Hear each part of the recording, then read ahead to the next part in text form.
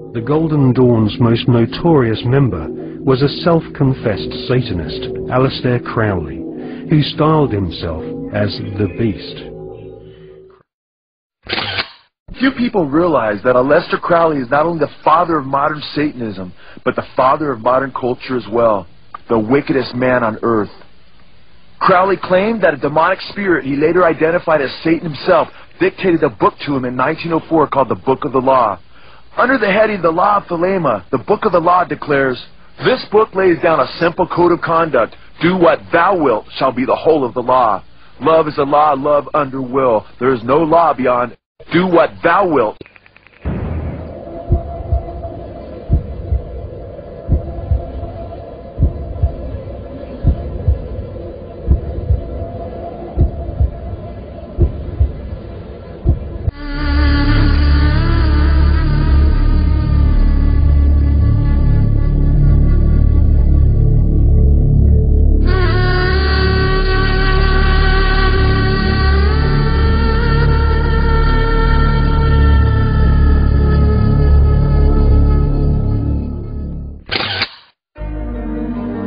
Crowley had already been trying to contact the devil in 1898 when he first made contact with the Order of the Golden Dawn. By 1900, Crowley was mingling with the elite of British society, sharing his knowledge of devil worship with leading Masonic politicians, aristocrats, and royalty. Crowley was a full-time occultist and had no day job in which he had to hide his fascination with Freemasonry and Satanism. In his book, Confessions, Crowley claims he was initiated into Freemasonry at the Anglo-Saxon Lodge in Paris. He also recounts how he became master of one of London's oldest and most respected lodges, the Studholme Lodge, which is now rumoured to have Tony Blair as one of its members. Crowley shared Albert Pike's enthusiasm for the devil. In his book entitled Magic, Crowley writes, "The devil is this serpent, Satan. He is life and love. He is light, and his zodiacal image is Capricornus, the leaping goat, the Godhead."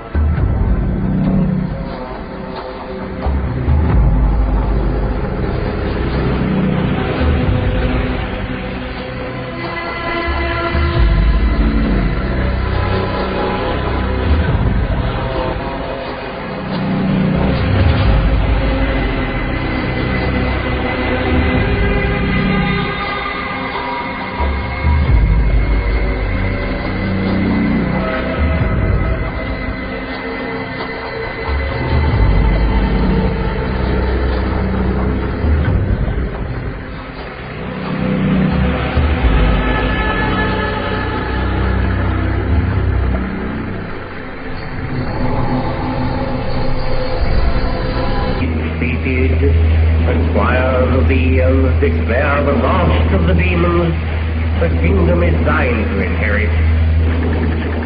What I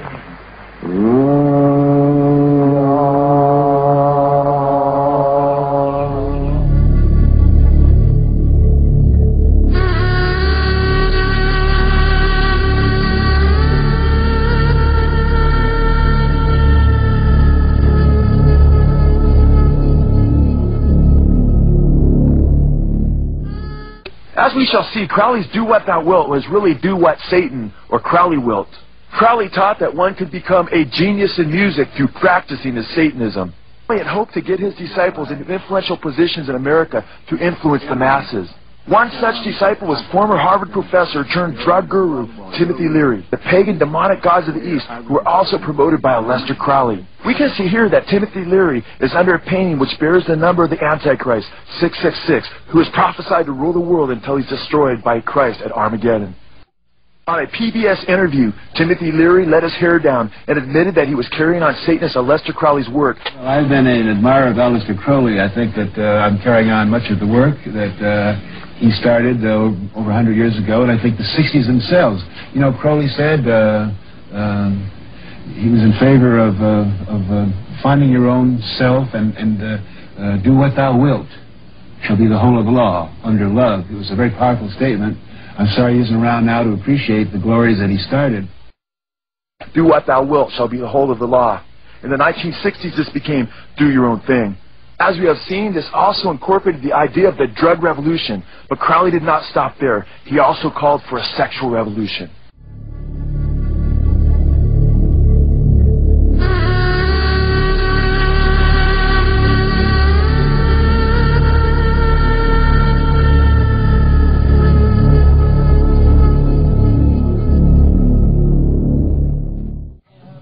If Crowley was to implement the satanic new age of Antichrist, as he easily led, Crowleyan youth culture was deceived into believing that they had received spiritual enlightenment, when in fact they had swung the door open to Satan and his plan to destroy the world.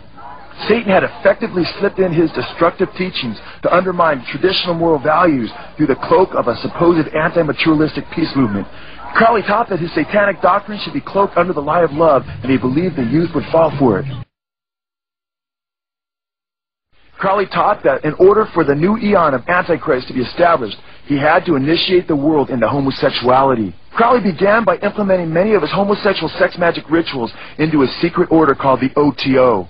We're young, we're queer, we're gonna rule the world. We're young, we're queer, we're gonna rule the world. You're about to see startling evidence that Crowley had as much influence on the world with his sex revolution as he did with the drug revolution.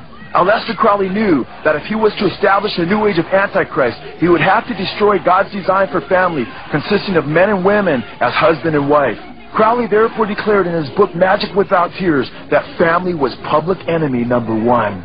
Since the satanic revolution of the 1960s, there's been an incredible attack on the family as homosexual recruiting has increased dramatically. Crowley made it no secret that he was interested in popularizing homosexual deviancy and even child molestation. Crowley's emphasis on homosexuality found their way into mainstream politics initially through homosexual organizer Harry Hay. This is highly significant because Harry Hay, who led the charge of the sodomy revolution in the 60s, was, like Leary, a disciple of Aleister Crowley's teachings. Project 10, which was based on the skewed statistic of sex researcher Alfred Kinsey, who claimed that 10% of the USA was gay, is still a program that is taught in public schools today as homosexuals seek to recruit among the young and impressionable. Project 10 seeks to get impressionable elementary students to explore possibly latent homosexual tendencies by lying to them and claiming that the basis of Kinsey's statistics that 10% of them are homosexuals and need to accept it. Incredibly, along with Harry Hay, the world's most renowned sex researcher Alfred Kinsey was also influenced by the works of Satanist Aleister Crowley. Playboy magazine probably did more than any other publication in the 1960s to popularize the sexual revolution. In fact, Hugh Hefner credited Kinsey and his flawed research in his first issue of Playboy. Incredibly, Robert Anton Wilson, who edited the Playboy Forum throughout much of the hippie movement, has admitted to practicing Crowley's magic and reading all of his available works.